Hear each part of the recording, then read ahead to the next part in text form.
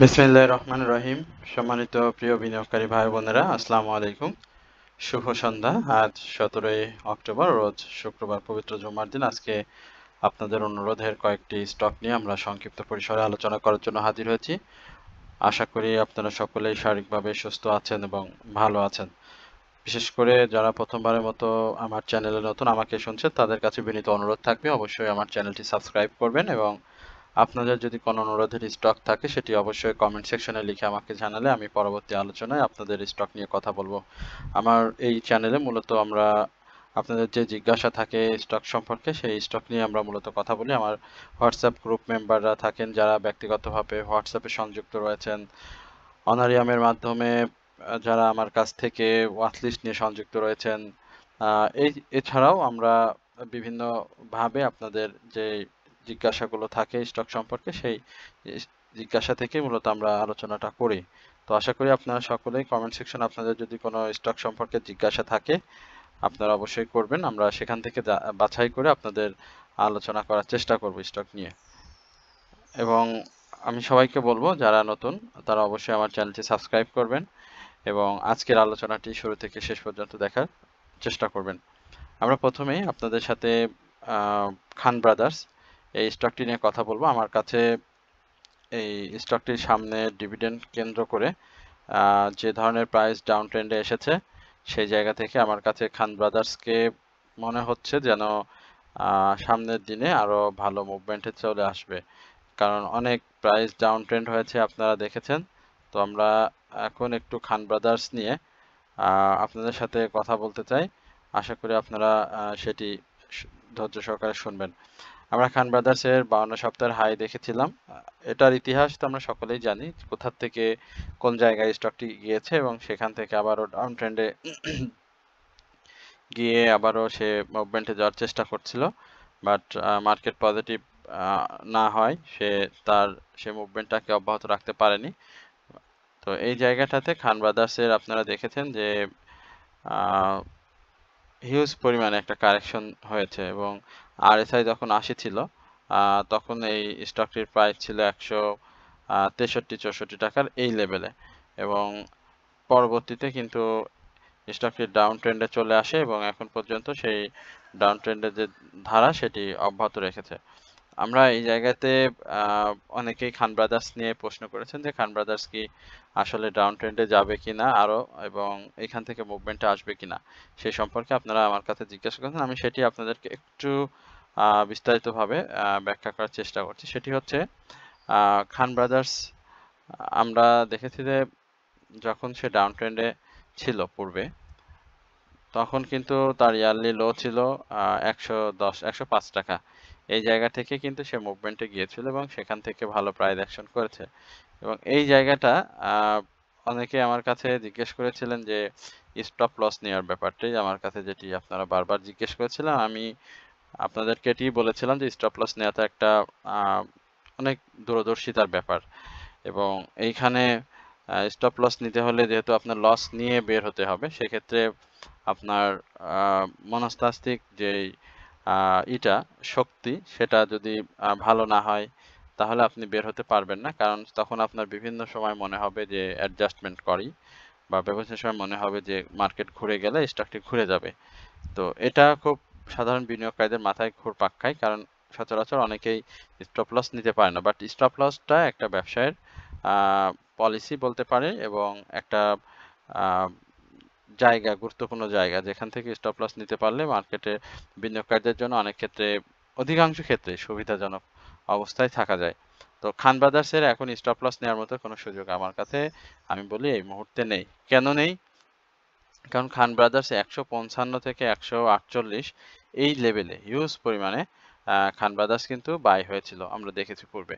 But এই যে জায়গাটা, এই জায়গাটাতে 4 সেপ্টেম্বরের যে ডাউন ট্রেন্ডটি আপনারা দেখতে পাচ্ছেন এবং ক্লোজ জোন যেটা 133-34 এর এই জায়গাটাতে কিন্তু খান ব্রাদার্স স্টপ লস নেওয়ার অনেক সুযোগ দিয়েছে। বাট এখান থেকেও কিন্তু যারা স্টপ লস নেননি 54-55 বা আমি ধরে নিলাম 48-50 এর এই আশেপাশে বাই করেছেন, তারা কিন্তু এখন 113 তে এই জায়গাতে কখনো স্টপ লস নেবেন। এবং আপনি যদি লক্ষ্য করেন যে মার্কেট ক্লোজিং যেদিন হয় সেই জায়গাটাতে, অর্থাৎ এই বৃহস্পতি অর্থাৎ গতকালকে যে জায়গাটাতে আপনি দেখতে পাচ্ছেন সেইখানে কিন্তু হিউজ পরিমাণে খান ব্রাদার্স কিন্তু বাই হয়েছে ব্লক মার্কেটে প্রায় 140-45 এই লেভেলে, কিন্তু 130 এই জায়গাতেও কিন্তু ব্লক মার্কেটে ট্রেড হয়েছে।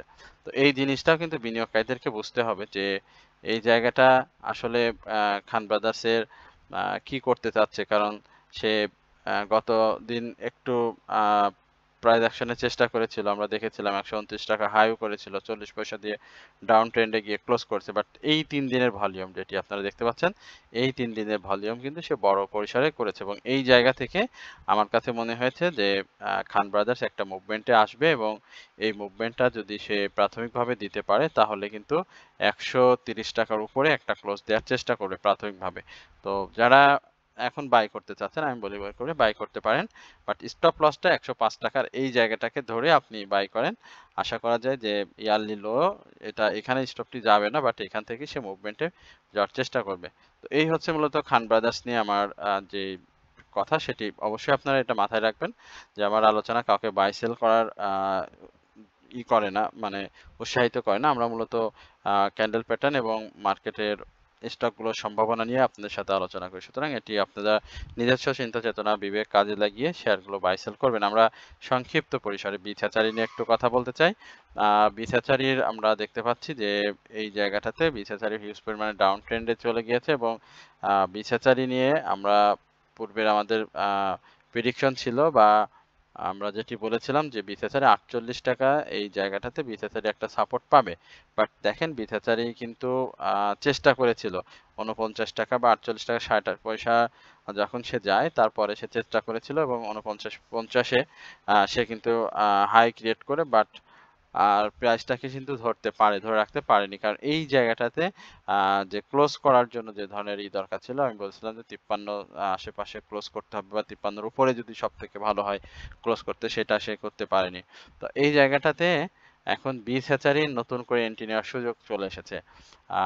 আমি বলব যে আগামী দিনে যদি কেউ এই জায়গাটাতে বিচ হ্যাচারি পেয়ে যান 45 টাকার আশেপাশে বা 42 টাকা 20 পয়সা 50 পয়সা এই জায়গাটাতে যদি বিচ হ্যাচারি পেয়ে যান আপনারা নিয়ে নিবেন। আশা করা যায় যে বিচ হ্যাচারিও মার্কেট মুভমেন্টের সাথে সাথে বিচ হ্যাচারিও একটা প্রাথমিক গন্তব্য আপনাদের দিয়ে দিবে এবং মিনিমাম খুব অল্প সময়ের মধ্যে পজিটিভ 2-3 দিন আমরা যদি মার্কেট পেয়ে যাই তাহলে এই 40-45 টাকার বাইরে অন্তত আমরা 48 থেকে 50 টাকার এই জায়গাতে একটা ভালো প্রফিট সহজেই পেয়ে যাব। এরপরে আমরা হাইডেলবার্গ সিমেন্ট নিয়ে কথা বলতে চাই। হাইডেলবার্গ সিমেন্টটাও খুব ভালো স্টক। আমরা দেখেছি লোপেডের এই স্টকটি হিউজ পরিমাণে সেই বিনিয়োগকারীদের প্রফিট টেকিং এর সুযোগ দিয়েছে। তো এই জায়গাগুলোতে লোপেড স্টকগুলোতে আমি মনে করি যে আশা নিরাশার দোলাচলে বিনিয়োগকারীদের থাকতে হয়। তবে স্টকগুলো যখন ডাউন ট্রেন্ডে দ্রুত আসে আবার মুভমেন্টের ক্ষেত্রেও কিন্তু দ্রুত চলে যায়। বাট আমার কাছে এই স্টকটির 228 টাকার যে জোনটি রয়েছে এই জায়গাটার থেকে আরো ডাউনে আসার একটা সুযোগ রয়েছে এবং এই জায়গাটাতে সে আসবে এবং এই জায়গাটাতে যখন আসে তখন বিনিয়োগকারীদের বলবো যে আপনারা প্রফিট বিনিয়োগে স্টকটিতে বিনিয়োগ করতে পারেন। বাট আমার কাছে মনে হয়েছে যে স্টকটি 218 টাকা থেকে 219 টাকা এই লেভেলে একটা সাপোর্ট পাবে, ভালো সাপোর্ট। যদিও এদিন সে গ্রিন ক্যান্ডেল করেছে, এইখানটাতে গ্রিন ক্যান্ডেলে হয়তো সে খুব প্রাইস মুভমেন্ট সেটা ধরে রাখতে পারবে না এবং এখান থেকে সে আরো একটু ডাউনে চলে আসবে এবং সেটি 218 থেকে 220 টাকার এই লেভেলে। তো এই জায়গাটাতে আপনারা নজর রাখবেন। ইভেন এখান থেকেও যদি সে ভলিউম করে এবং মুভমেন্টে ফিরে আসে তাহলে আপনারা প্রাথমিকভাবে স্টকটিতে এন্ট্রি নিতে পারেন এবং প্রাথমিকভাবে স্টকটির মুভমেন্টের জন্য বা প্রফিট টেকিং এর জন্য আমি বলবো 246 থেকে 248-50 এই লেভেলটা ব্রেকআউট করা খুবই জরুরি। এরপরে আমরা সিনো বাংলা নিয়ে একটু কথা বলতে চাই। সব বিনিয়োগকারীদের পছন্দের একটি স্টক ছিল সিনো বাংলা। সে এই জায়গাটাতে দেখতে পাচ্ছেন যে হিউজ পরিমাণে ডাউন ট্রেন্ড ক্রিয়েট করেছে এবং সেই পূর্বের ন্যায় অবস্থানে চলে গিয়েছে যেখানগুলোতে সে সাইডওয়েজ মুভমেন্টে ছিল। এই জায়গাটাতে আমার কাছে মনে হয় যে 41 টাকা 30 পয়সা 41 টাকা 50 পয়সায় সিনো বাংলা আসার একটা সম্ভাবনা রয়েছে। বাট সামনে ডিভিডেন্ড কেন্দ্রীয় অনেক ইস্যু থাকবে স্টকটির, সুতরাং স্টকটিতে নজর রাখবেন। ডাউন ট্রেন্ডে আসলেই যে স্টক খারাপ হয়ে যাবে বা প্রাইস মুভমেন্টে আসবে না সেরকমটি নয়, কিন্তু অবশ্যই স্টকটি ভালো প্রাইস অ্যাকশনে ফিরে আসবে এবং ভলিউমটা গেইন করতে হবে। মার্কেট পজিটিভ থাকলে অবশ্যই স্টকটি থেকে প্রফিট পেয়ে যাবেন। তো সিনো বাংলার ব্যাপারে যেটি বলতে চাই, বিশেষ করে আপনি যদি ম্যাসলিনিয়াস সেক্টরের কথা বলেন, এই সেক্টরটি আমরা দেখেছি যে যে স্টকগুলো রয়েছে বা যে স্টকগুলো ডিভিডেন্ড ভালো দিয়েছে, সেই স্টকগুলো কিন্তু প্রাইস অ্যাকশন করে এবং একটু সময় নেয়। বাট সিনো বাংলার ক্ষেত্রে আমরা দেখেছিলাম যে গত বছরের যে স্টক আপনার রাইট শেয়ার ইস্যু, সেই রাইট শেয়ার ইস্যুর পরবর্তী সময়গুলোতে কিন্তু সে আস্তে আস্তে মুভমেন্টে এসেছিল এবং সেখান থেকে কিন্তু ৬৭ টাকা হাইও করেছে। তো এই জায়গাতে একটা বড় কারেকশন দিয়েছে নিঃসন্দেহে। এই কারেকশনটি অনেক বড়, কারণ ৪১ টাকা ৪০ টাকার এই লেভেল থেকে স্টকটির প্রাইস অ্যাকশন শুরু হয়েছিল। তো এখনো লো এর কাছাকাছি অবস্থান করছে। আশা করা যায় যে ৪১ টাকা ৫০ পয়সা এই জোনটা থেকে সে মুভমেন্টে ফিরবে এবং এই জায়গা থেকে যদি আপনারা ধাপে ধাপে ২-৩টি ধাপে ধাপে বাই করতে পারেন, তাহলে অবশ্যই স্টকটি থেকে প্রফিট পেয়ে যাবেন ইনশাল্লাহ। এরপরে আমরা কেডিএস অ্যাক্সেসরিজ নিয়ে কথা বলতে পারি। Same condition, Sino Bangla and KDS accessories. এই জায়গাতে কেডিএস অ্যাক্সেসরিজ এর আরএসআই তো একেবারে ডাউনে চলে এসেছে, ভলিউম নাই। বাট কেডিএস অ্যাক্সেসরিজ কিন্তু খুব ভালো একটি স্টক। আপনারা জানেন যে স্টকটি অনেক ভালো প্রাইসে ছিল পূর্বেও আমরা দেখেছি। তো এই জায়গাটাতে এই যে ডাউন ট্রেন্ডটি দেখতে পাচ্ছেন যে ৩৭ টাকা এবং ৩৭ টাকা ৭০ পয়সার যে লোটি ছিল, এই জায়গা থেকে স্টকটি মুভমেন্টে গিয়েছিল এবং সেই জায়গা থেকে আবারও ডাউন ট্রেন্ডে এসেছে। তবে এই জায়গা আমরা স্টকটির খুব কারেকশনের অবস্থাতে দেখতে পাচ্ছি না। স্টকটি ভালোভাবে রয়েছে। মার্কেট আগামী রবিবারে ঘুরলে অবশ্যই স্টকটি পজিটিভ থাকবে, এটি আমরা বিশ্বাস করি। বাট এই জায়গাটাকে সে আসলে মার্কেটের পজিটিভ মুভমেন্টে আসলে থাকবে কিনা সেটি আগে আমাদেরকে লক্ষ্য রাখতে হবে। কারণ মার্কেট যদি পজিটিভ মুভমেন্টে না থাকে, তাহলে কিন্তু সে আবার ডাউনে চলে আসবে এবং ডাউনে আসলে সে যে ৩৭ টাকা ৫০ পয়সা এই জায়গাটাতে আমরা কেডিএস কে দেখতে পাবো। তো কেডিএস এর মুভমেন্ট ভালো, যখনই মার্কেট ভালো থাকে কেডিএস কিন্তু বিনিয়োগকারীদের প্রফিট করার একটা সুযোগ করে দেয়। বাট প্রফিট করার যে সুযোগ পাওয়ার যে সেটি হচ্ছে যে রাইট ওয়ে বা রাইট জায়গাতে এন্ট্রি নেওয়া। সেই যে এন্ট্রি জোনটা যদি ভালো হয়, অনেকেই কিন্তু হাই প্রাইসে এন্ট্রি নিয়েছেন, কারণ প্রাইসটা মার্কেটের এই ধরনের অবস্থা আসার কথা ছিল না। বাট মার্কেটে যে ধরনের ফল হয়েছে, সেই জায়গা থেকে এখন বিনিয়োগকারীদের সবার মধ্যে একটা ভীতু ভয় কাজ করছে। তো সেই জায়গায় আমি বলবো যে অবশ্যই কেডিএস আপ ট্রেন্ডে যাওয়ার পরে আপনারা স্টকটি বাই করার চেষ্টা করেন। আমরা একটু ডরিন পাওয়ারের কথা বলি। ডরিন পাওয়ার বিনিয়োগকারীদের ইয়ারলি হাইয়ে ভালো একটা সুযোগ দিয়েছিল, মাত্র এখন সে তার এই জায়গাগুলোতে মুভমেন্টে আসতে পারছে না। ২৮ টাকা ২৯ টাকা আমরা ধরে নিচ্ছি তার পরবর্তী প্রফিট টেকিং জোন হবে। বাট সেই জায়গাটাতে সে যাবে কতদিন নাগাদ সেটি আমাদেরকে দেখতে হবে, কারণ এই জায়গাতে তার ডাউন ট্রেন্ডে আসার কিন্তু আরো সুযোগ রয়েছে ২৫ টাকা ৮০ পয়সা এই জায়গাটাতে। তো আপনারা এই বিষয়টিও লক্ষ্য রাখবেন। এরপরে আমরা স্টাইল কাপ নিয়ে আপনার সাথে কথা বলবো।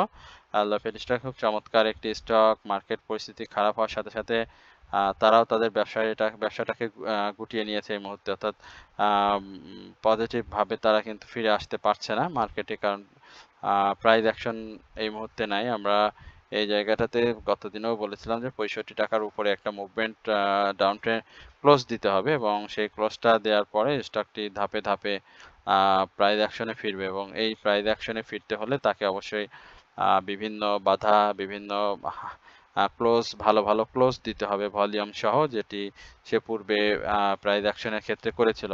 তো এখন দেখা যাক, খুব চমৎকার জায়গাতে রয়েছে। গতদিনে একটা আশা জাগা নেওয়া মুভমেন্ট তার আমরা দেখেছি।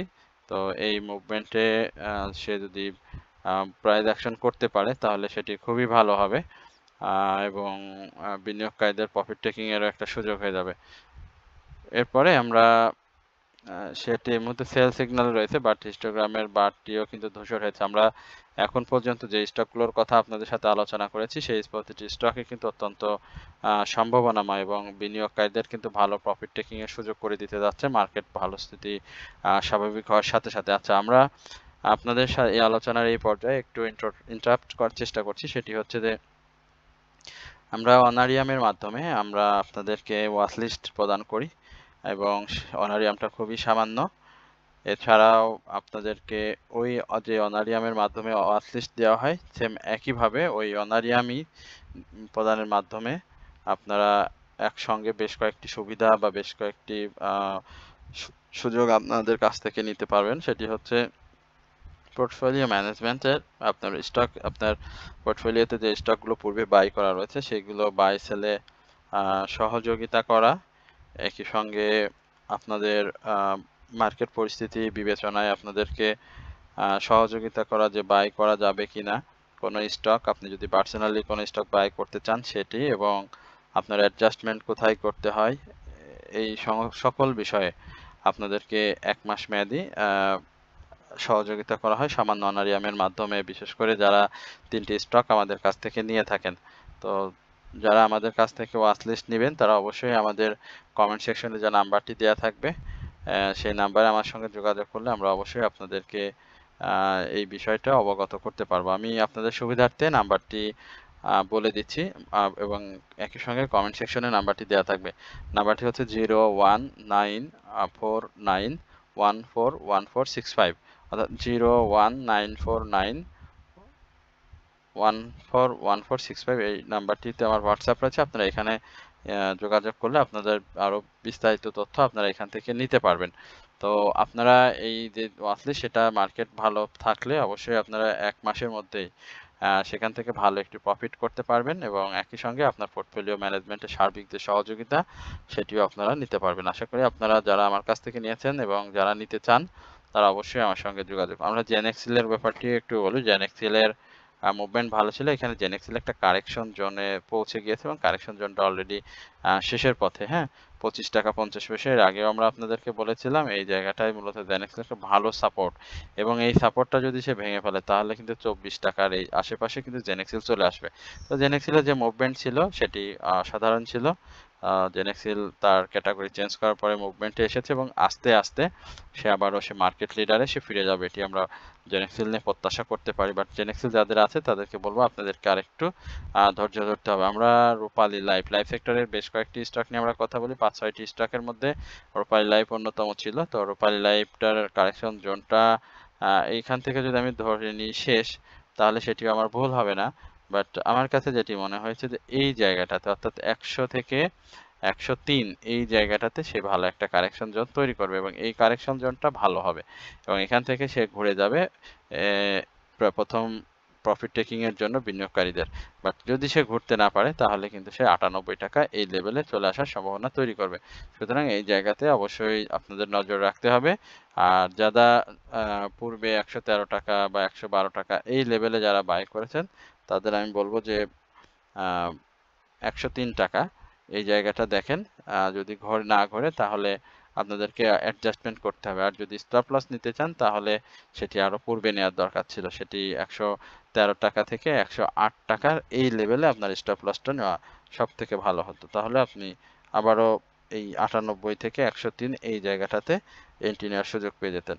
তো এই হচ্ছে মূলত আমাদের রূপালী লাইফ নিয়ে আপনাদের সাথে যে আলোচনা সেটি। এরপরে আমাদের কাছে হিউজ পরিমাণে স্টক নিয়ে আপনারা জানতে চেয়েছেন। তো আমরা আগামী শনিবার, আমি যেটি আপনাদেরকে আবার গতদিন বলেছিলাম যে আগামী শনিবার এবং শুক্রবার আপনারা আপনাদের যে স্টকগুলো নিয়ে জানতে চেয়েছেন সেই স্টক সম্পর্কে আমরা আলোচনা করব। সুতরাং আপনারা আগামীকালকেও আমাদের এই চ্যানেলের মাধ্যমে আরো 10টি স্টকের আলোচনা পাবেন। সুতরাং আজকে যারা আপনাদের যে স্টকগুলো দিয়েছেন বা জানতে চাচ্ছেন যেটি আমরা আলোচনা করতে পারিনি সেটি অবশ্যই আমরা আগামী দিনে আলোচনা করার চেষ্টা করব। তো আশা করি আপনারা শুরু থেকে শেষ পর্যন্ত আজকের আলোচনাটি শুনছেন এবং আগামী দিনে আমরা যে আলোচনাটি করব সেটিও আপনারা আমাদের সাথে উপভোগ করবেন। আচ্ছা, আমরা এরপরে বাংলাদেশ শিপিং কর্পোরেশন স্টকটি নিয়ে কথা বলতে চাই। শিপিং কর্পোরেশন নিয়ে আমি ভয় পাওয়ার মতো এখন পর্যন্ত কিছুই দেখিনি।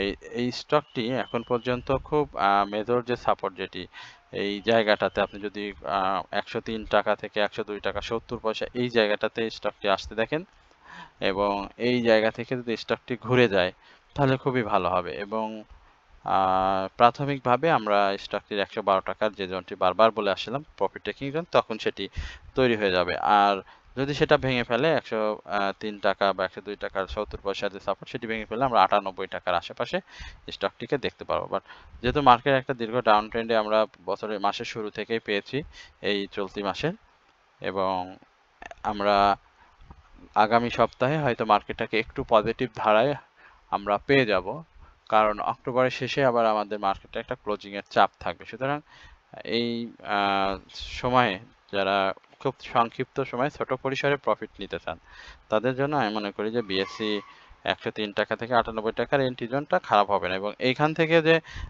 98 টাকায় চলে যাবে বা 103 টাকায় চলে যাবে ব্যাপারটিও কিন্তু সেরকম না। গতদিনে হাইয়ের উপরে ক্লোজ দিতে পারেনি, স্বাভাবিকভাবে এটা একটা নেগেটিভ সাইড হয়ে আছে এবং ভলিউমটাও কম এসেছে। বাট এই 110 টাকা 105 টাকা থেকে 110 টাকা এই জায়গাটাতে কিন্তু সে আবার টাচ করার চেষ্টা করবে। সেক্ষেত্রে আমরা দেখতে পাবো যে যারা 103 টাকা বা 102 টাকার আশেপাশে বাই করেছেন তারা কিন্তু একটা সংক্ষিপ্ত পরিসরে বা ছোট পরিসরে প্রফিট নেওয়ার চেষ্টা করবে।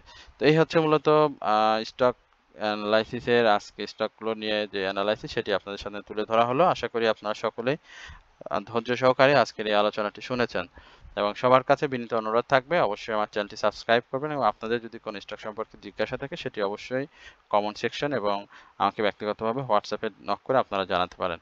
এবং আমরা যে সুবিধাটি বা যে সুবিধার কথাটি বললাম যে অনারিয়ামের মাধ্যমে, সামান্য অনারিয়ামের মাধ্যমে আপনাদেরকে দেওয়া সামান্য নগ্ন অনারিয়াম বলতে পারি, তো এইটা নিয়ে আপনারা এই সুবিধাগুলো আপনারা ভোগ করতে পারেন।